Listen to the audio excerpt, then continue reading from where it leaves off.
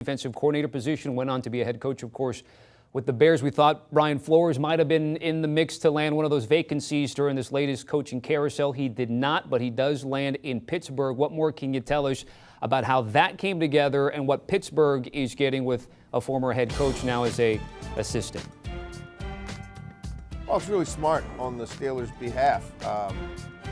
That's not a team that goes outside of its sort of infrastructure all that often. You saw Terrell Alston be promoted to defensive coordinator. That was widely expected. They generally promote from within, and they kind of stay within the structures that they've put in place and people who they've developed and cultivated. But that defense certainly could use some different ideas. And Brian Flores, what he did in Miami, some of the exotic blitzing he had going on, cover zero looks, the way he was activating the corners and the safeties off the slot, really fueled that 8-1 run for the Dolphins down the stretch.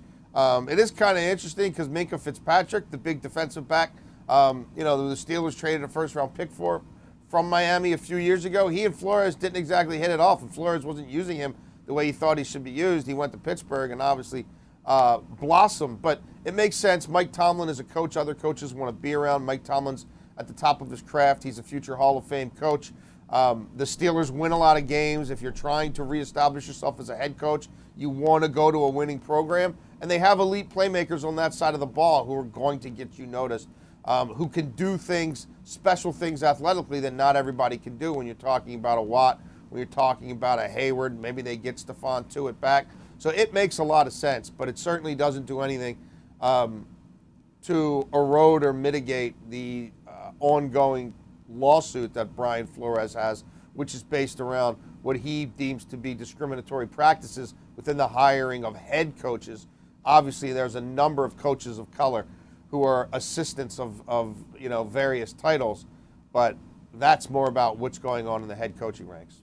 Thank you, Jason. Let's remind everybody of the Pick Six podcast, early 2023 Super Bowl odds, picks, predictions for both conferences. Host Will Brinson joined by Pete Prisco to go over his end-of-season power rankings with an eye, of course, toward the next Super Bowl.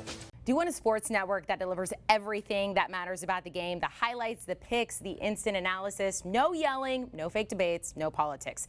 Hit the subscribe button and never miss a moment.